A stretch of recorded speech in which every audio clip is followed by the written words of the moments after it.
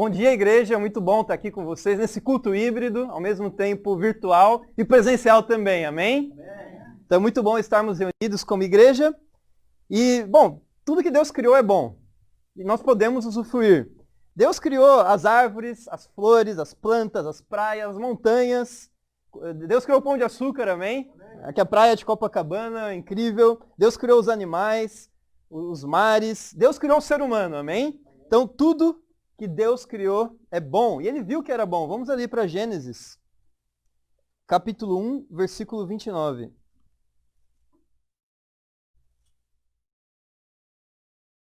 Disse Deus: Eis que lhes dou todas as plantas que nascem em toda a terra e produzem sementes, e todas as árvores que dão frutos com sementes.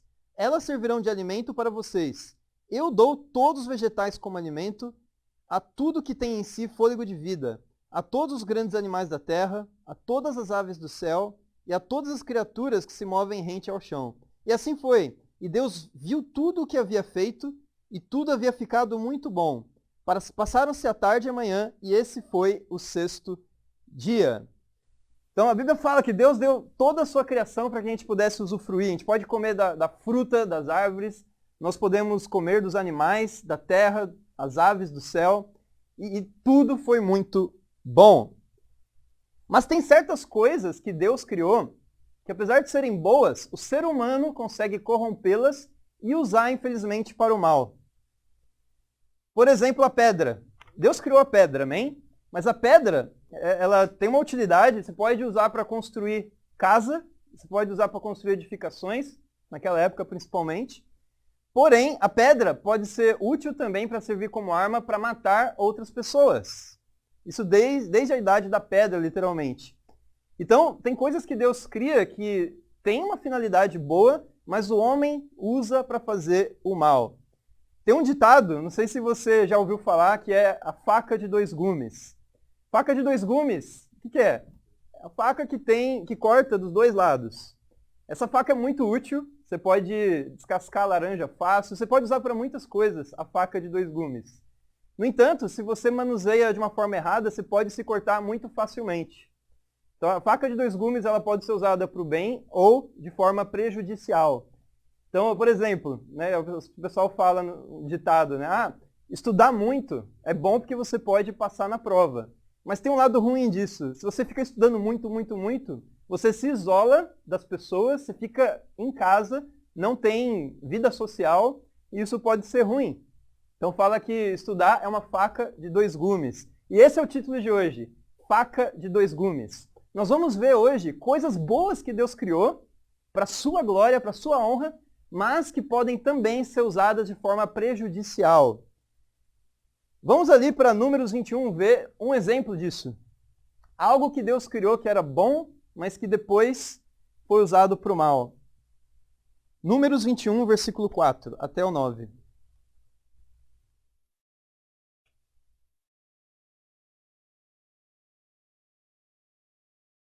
O contexto aqui, o povo de Israel estava saindo do Egito e indo em direção à terra prometida. E eles estavam passando pelo deserto. Versículo 4. Partiram eles do monte Or pelo caminho do Mar Vermelho, para contornarem a terra de Edom. Mas o povo ficou impaciente no caminho e falou contra Deus e contra Moisés, dizendo: Por que vocês não tiraram do Egito para morrermos no deserto? Não há pão, não há água, e nós detestamos essa comida miserável. Então o Senhor enviou serpentes venenosas que morderam o povo e muitos morreram. O povo foi a Moisés e disse: Pecamos quando falamos contra o Senhor e contra você. Ore pedindo ao Senhor que tire as serpentes do meio de nós. E Moisés orou pelo povo. O Senhor disse a Moisés: Faça uma serpente e coloque-a no alto de um poste. Quem for mordido e olhar para ela viverá. Moisés fez então uma serpente de bronze e a colocou num poste. Quando alguém era mordido por uma serpente e olhava para a serpente de bronze, permanecia vivo.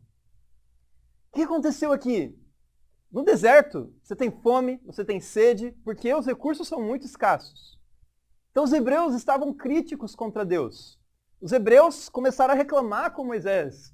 Por que você tirou a gente do Egito? Para trazer a nós esse deserto terrível. E aí começaram a se queixar. E o que Deus fez? Deus enviou serpentes que mordiam os hebreus e matavam muitos deles. E aí eles se arrependeram, eles entenderam que o que eles fizeram era errado, e eles quiseram evitar a ira de Deus, clamaram para Moisés, Moisés, ora a Deus para que Deus tire essas serpentes terríveis. Basicamente era uma praga que Deus estava enviando aqui para esse povo. E aí Moisés intercedeu pelo povo, orou, e o que Deus respondeu a Moisés? É o seguinte, beleza, eu vou proteger o povo das serpentes, mas o que você tem que fazer? Constrói uma serpente de bronze, uma estátua, né, de uma serpente de bronze, e levanta ela. Todo aquele que olhar para essa serpente de bronze será curado do veneno da serpente que picou cada um. Quem não olhar vai morrer. E assim Moisés fez, e todo aquele que olhava para a serpente de bronze era curado da praga, amém? Era curado do veneno e da doença. Então a serpente de bronze foi algo bom que Deus criou, certo? Teve um propósito de curar os israelitas.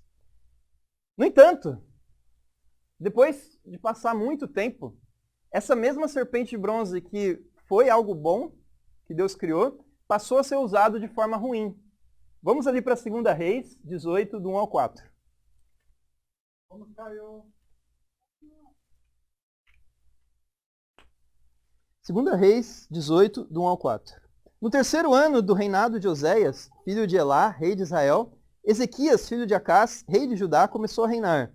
Ele tinha 25 anos de idade quando começou a reinar e reinou 29 anos em Jerusalém. O nome de sua mãe era Abia, filha de Zacarias. Ele fez o que o Senhor aprova, tal como tinha feito Davi, seu predecessor. Removeu os altares idólatras, quebrou as colunas sagradas e derrubou os postes sagrados. Despedaçou a serpente de bronze que Moisés havia feito. Pois até aquela época, os israelitas lhe queimavam incenso. Era chamada Neustã. Uau! Passou muito tempo depois, né, a era dos juízes, a era dos reis. Chegou aqui a vez de Ezequias ser rei em Judá. Ele era um rei incrível.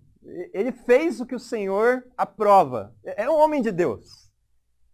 E por ser um homem de Deus, ele tinha zelo pelo povo. Então o que ele fez? O que ele observou? Ele observou que os israelitas estavam idolatrando aquela serpente de bronze que outra vez curara os israelitas. E Deus abomina qualquer tipo de idolatria, qualquer tipo de adoração a estátuas. Eles até deram o nome de Neustã para essa serpente de bronze. E o que eles faziam? Eles queimavam incenso em adoração à serpente. Esse é o ser humano. O ser humano pega o que Deus cria, o que Deus dá para a gente e transforma aquilo em idolatria, transforma aquilo em algo ruim que prejudica o relacionamento com Deus. Não só de si mesmo, mas essas pessoas influenciavam outros israelitas a também adorar essa serpente. Ela acabou sendo uma pedra de tropeço para Israel. Então aqui a gente vê que a serpente de bronze foi uma faca de dois gumes. Por um lado era boa, Deus criou algo bom para poder curar o veneno da serpente, lá na época do deserto. Mas depois foi usada de forma ruim, como meio de idolatria. E aí Ezequias teve que despedaçar a serpente de bronze. Nós vamos ver duas coisas hoje, né, duas coisas que Deus criou, como essa serpente, que pode ser usado tanto para o bem quanto para o mal. E vamos entender como agradar a Deus, como honrar a Deus por meio dessas coisas. A primeira delas é o sexo. O sexo é algo bom que Deus criou, amém? Mas para ser consumado no casamento e não fora dele. Quando o sexo é usado fora do casamento, antes do casamento, acontecem muitos problemas. Uma das evidências de que a Bíblia é a palavra de Deus é a seguinte: se você não seguir a Bíblia, você vai ter consequências ruins para a sua vida, para a sociedade, para o mundo todo. Então, essa é uma das evidências que a Bíblia é a palavra de Deus, porque se você seguir a Bíblia, você evita consequências ruins. Isso mostra que a Bíblia realmente é a verdade, amém? E é isso que nós cremos. Então, vamos ver qual é o propósito do sexo. Em que momento que ele é bom, algo bom que Deus criou. Gênesis capítulo 2, versículo 21. Ah, mas está falando de sexo na igreja? Absolutamente, amém? O mundo fala o tempo todo de sexo lá fora de um jeito ruim, de um jeito impuro. Aqui a gente fala para poder cuidar da nossa pureza, amém? Gênesis 2, 21 ao 25. Então o Senhor Deus fez o homem cair em sono profundo. Enquanto este dormia, tirou-lhe uma das costelas, fechando o lugar com carne. Com a costela que havia tirado do homem, o Senhor Deus fez uma mulher e a levou até ele. Disse então o homem, esta sim é osso dos meus ossos, é carne da minha carne. Ela será chamada mulher, porque do homem foi tirada. Por essa razão, o homem deixará pai e mãe e se unirá à sua mulher, e eles se tornarão uma só carne. O homem e a mulher viviam nus e não sentiam vergonha.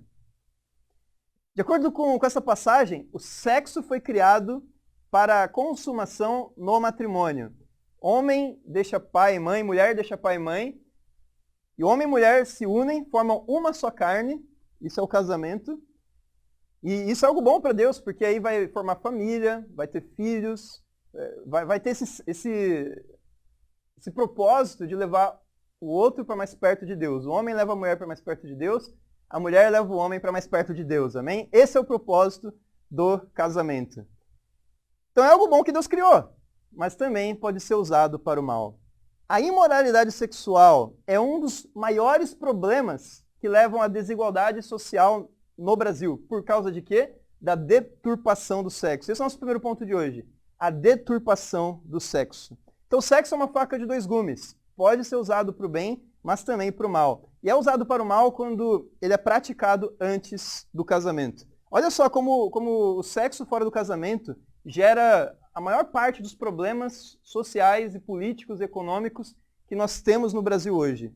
Imagina só uma gravidez não planejada. Então, antes do casamento, o homem e a mulher têm relações sexuais, e por não ter compromisso, o que acontece? A mulher engravida, aí o homem puxa o carro, né, vai embora, e deixa essa mulher cuidar do filho sozinha.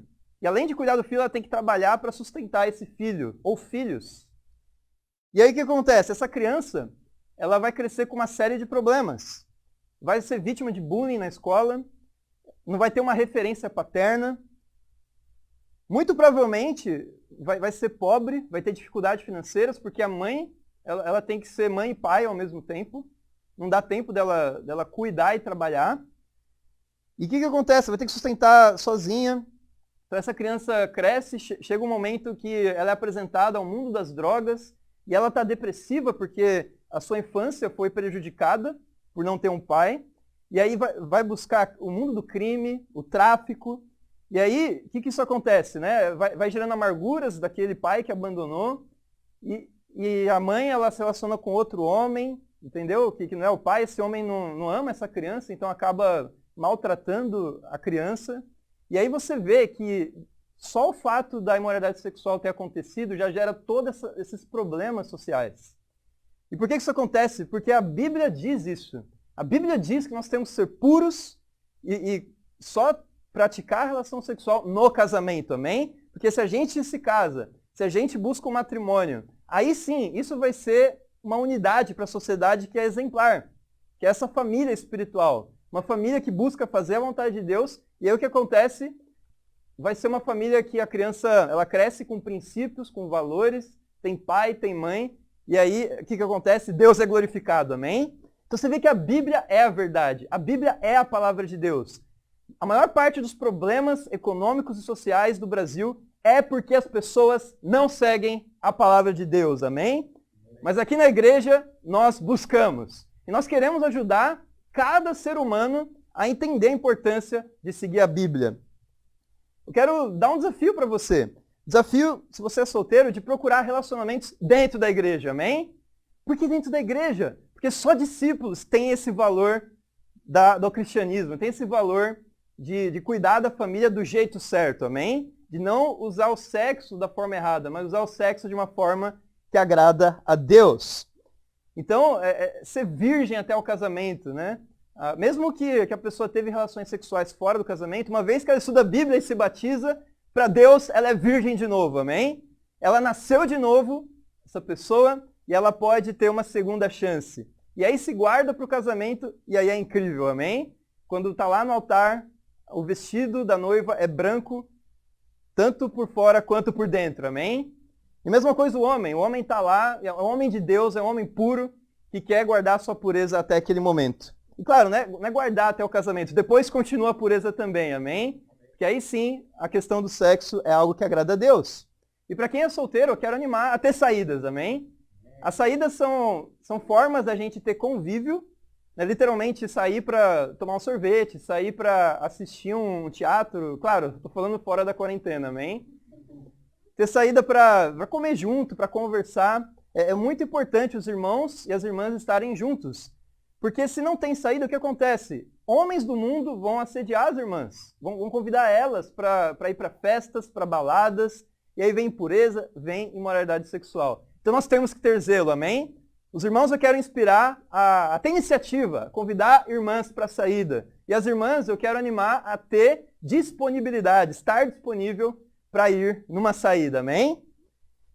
E durante a quarentena, obviamente, não é tão possível fazer isso, mas nós temos também as saídas virtuais, amém? Claro, com muito zelo, com muita pureza, com muito critério, nós podemos ter amizade entre homem e mulher dentro da igreja, amém?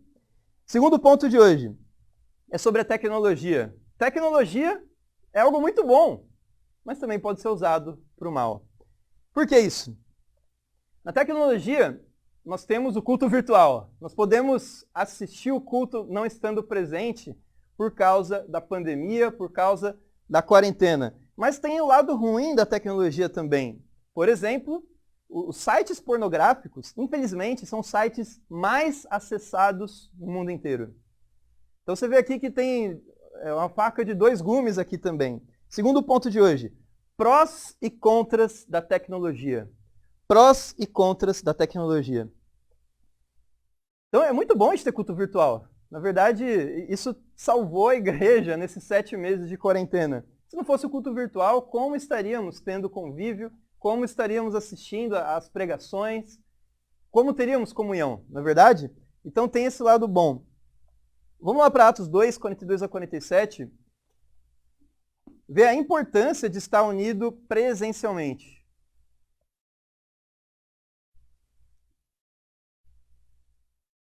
Atos 2, 42 ao 47. Olha só o padrão da igreja no primeiro século.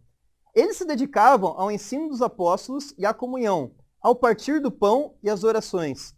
Todos estavam cheios de temor e muitas maravilhas e sinais eram feitos pelos apóstolos. Os que criam mantinham-se unidos e tinham tudo em comum. Vendendo suas propriedades e bens, distribuíam a cada um conforme a sua necessidade. Todos os dias continuavam a reunir-se no pátio do templo. Partiam o pão em suas casas e juntos participavam das refeições, com alegria e sinceridade de coração, louvando a Deus e tendo a simpatia de todo o povo. E o Senhor lhes acrescentava diariamente os que iam sendo salvos. Então, o padrão da igreja no primeiro século era de comunhão. Eles estavam comendo junto todos os dias. Eles, fala aqui no versículo 47, eles louvavam a Deus juntos, amém? E que incrível a gente estar aqui presencialmente, hoje, cantando a Deus. É muito diferente de fazer virtualmente. Nada como cantar junto, amém? Virtualmente fica desincronizado, a gente perde, né, o pique, fica estranho, mas presencialmente não tem como. Então eu quero animar cada um aqui a entender a importância de estar no culto presencial. Outra coisa aqui é sobre o partir do pão. É muito difícil tomar Santa Ceia no culto virtual. É muito difícil. Vamos lembrar como foram esses 7 meses. Primeiro que cada um precisa ter o pão, precisa ter o suco de uva, mas não é muito fácil, porque você compra o suco de uva integral, ele vence em 2 semanas depois. Você abriu ele, já em 2 semanas você não pode usar mais. E vem bastante. Então o ideal desse suco de uva é que a gente tome juntos. Não é assim?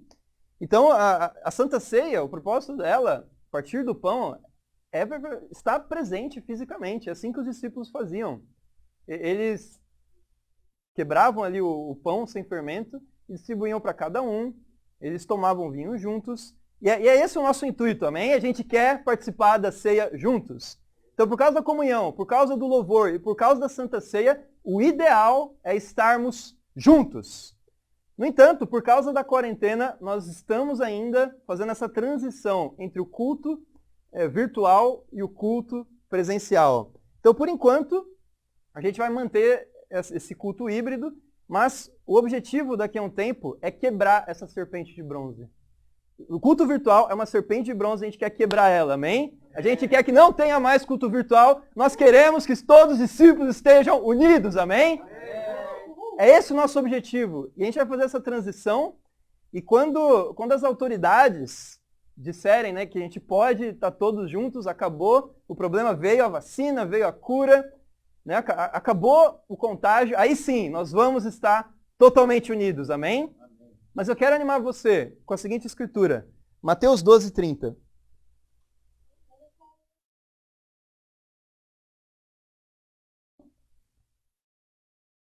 Aquele que não está comigo está contra mim, e aquele que comigo não ajunta, espalha. A Bíblia fala, quem não ajunta, espalha. Então, se nós não estamos unidos, juntos, o que está acontecendo? Nós estamos nos espalhando. E algo ruim do culto virtual é que as pessoas ficam mal acostumadas. O culto virtual é muito fácil assistir o culto, porque você pode fazer de pijama. Você pode estar no conforto da sua casa. E muita gente adora o culto virtual. Eu mesmo estava gostando muito, né, do culto virtual. Algumas pessoas, tudo bem, né, não precisam vir por causa do grupo de risco. Mas tem outras pessoas que já estão trabalhando, já estão saindo, já estão submetidas a certo risco. E outros são jovens e querem estar no culto. O que eu quero animar você? Se você é do grupo de risco, fica em casa, assiste o culto virtual, a gente ainda vai mantê-lo até o fim da pandemia. Mas se você está disposto, se você não tem esse problema com medo do vírus, venha para o culto presencial. A gente tem todo o cuidado das máscaras, nós temos o álcool gel aqui, nós temos o distanciamento das cadeiras. É muito importante você estar presente. Por quê? Porque a Bíblia fala, nós temos que estar unidos, amém? Amém. Então, se não for o motivo da pandemia, mas sim o motivo de preguiça, conforto, eu quero chamar você ao arrependimento. Eu quero chamar você a planejar qual é o próximo dia que você vai vir aqui no hotel para o culto, amém? Amém? Eu quero animar você. Vamos quebrar essa serpente de bronze. Vamos estar unidos como a Bíblia ensina, amém? Amém? Exceto casos de grupo de risco. E assim, vamos fazer como Ezequias e ter zelo pelos valores do cristianismo, amém? Outra coisa é a distância. Muitas pessoas moram muito longe do local do culto. Mas eu quero te animar com uma escritura em um exemplo. Atos 8, 26 ao 27. O anjo do Senhor disse a Filipe, vá para o sul, para a estrada deserta que desce de Jerusalém a Gaza. Ele se levantou e partiu. No caminho encontrou um eunuco etíope, um oficial importante encarregado de todos os tesouros de Candace, rainha dos etíopes. Esse homem viera a Jerusalém para adorar a Deus, e de volta para casa, sentado em sua carruagem, lia o livro do profeta Isaías. Aqui nós vemos um homem da Etiópia. Etiópia é um país da África. Ele foi para Jerusalém, provavelmente pela Páscoa, só para adorar a Deus. Eu peguei o Google Maps. Eu calculei a distância de Addis Ababa, que é a capital da Etiópia, até Jerusalém. De carro, só de carro, dá 3 dias e meio de viagem. 3 dias e meio. A pé dá 1 mês de viagem. Então você pode ver que esse homem, distância para ele não era problema, amém? Ele só queria estar junto com os outros adoradores do Senhor, amém? Lá no templo em Jerusalém. Ele caminhou muitas e muitas distâncias só para estar com a igreja. Um pouco depois, ele descobriu sobre Cristo e se converteu. Eu quero animar você a ter o coração desse eunuco etíope. Não importa se você está em São Gonçalo, não importa se você está na Baixada, não importa se você está em Maricá, não importa se você está na região oeste, Santa Cruz, não importa o local onde você esteja. O que importa é o seu coração de querer estar junto, amém? De enfrentar distâncias, tudo por sacrifício e por amor a Deus. Mate a sua vergonha, mate o seu conforto, mate o seu egoísmo e vamos estar juntos com a igreja, amém? Eu quero animar você com um exemplo de Campinas. Em Campinas, nós temos um discípulo chamado Mateus. Mateus, ele veio do Mato Grosso do Sul. para poder fazer um mestrado na Unicamp. E esse rapaz é incrível. Eu tive a chance de 2 semanas atrás ter um tempo com ele, um convívio. E ele ama muito a Deus. Ele é jovem discípulo. Só para se batizar, ele viajou do Mato Grosso do Sul para Campinas somente para fazer isso. E agora na quarentena, agora que está voltando os cultos virtuais, os cultos presenciais, e está tão animado para estar com a igreja em Campinas, que o que ele decidiu fazer para os próximos 3 meses? Ele decidiu se mudar do Mato Grosso do Sul para Campinas só para estar presente nesses cultos, mesmo não tendo aula, amém? Olha o coração do Mateus. Se aqui no Rio de Janeiro parece que as distâncias são longas, imagina, de Campinas até o Mato Grosso do Sul. Então esse homem realmente está disposto a se sacrificar por Deus, amém? Então a gente não faz isso só pelo convívio, só pelos irmãos, a gente faz isso por Deus, amém? A Bíblia fala em Hebreus 10, 25, não deixem de reunir-se como igreja, não deixem. Então o desafio é esse, é sair do seu conforto, vir pelo menos uma vez por mês aqui no culto presencial, amém? Se você não é do grupo de risco.